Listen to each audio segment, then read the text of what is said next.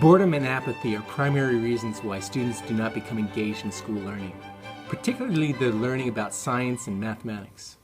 Yet there exists a wildly popular technology called the video game, which has proven to be incredibly effective at engaging people, particularly young people. Video games work by posing puzzles or challenges that players are to solve. The challenges start off rather simple, but steadily increase in complexity, keeping players at the edge of their abilities. When players succeed, there's a tremendous sense of accomplishment that motivates them to continue to play, and continue to learn. There is an effort these days to develop video games that focus on the type of subjects learned in school.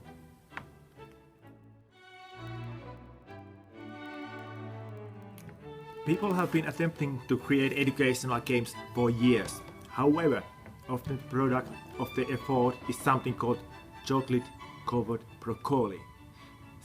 Something nourishing wrapped with a candy shell that isn't appetizing in the end.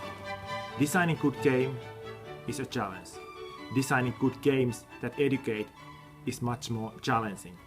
To make this task easier, we need metrics, tools, and design principles that reduce the barriers to creating impactful educational games.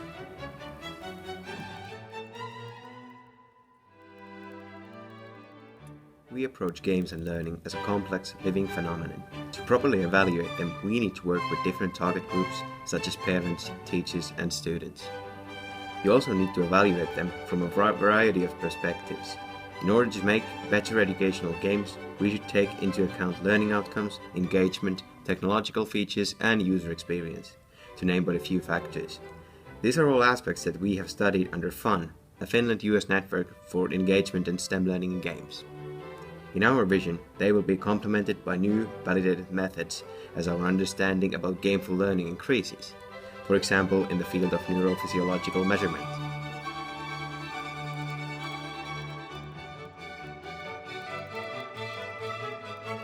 What are the benefits of this approach for you? You will be able to improve your product with the aid of our guidelines that are informed by evidence-based research and learning analytics, addressing all the crucial dimensions that play a role in creating successful games for learning. With our approach, you will get relevant guidelines and feedback to support your design decisions. This will accelerate your product's entry to market and reduce the investment risks related to the development of new, innovative products.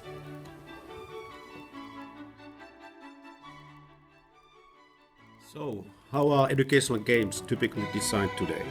Usually one starts with a compelling idea and then builds off from it using intuition, gut feeling and experience.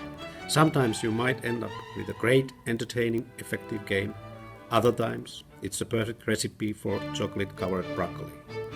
Our analytical tools, evaluation processes and evidence-based design model provide you guidance to focus your efforts toward productive educational game development. We provide validation and evidence to your great game ideas.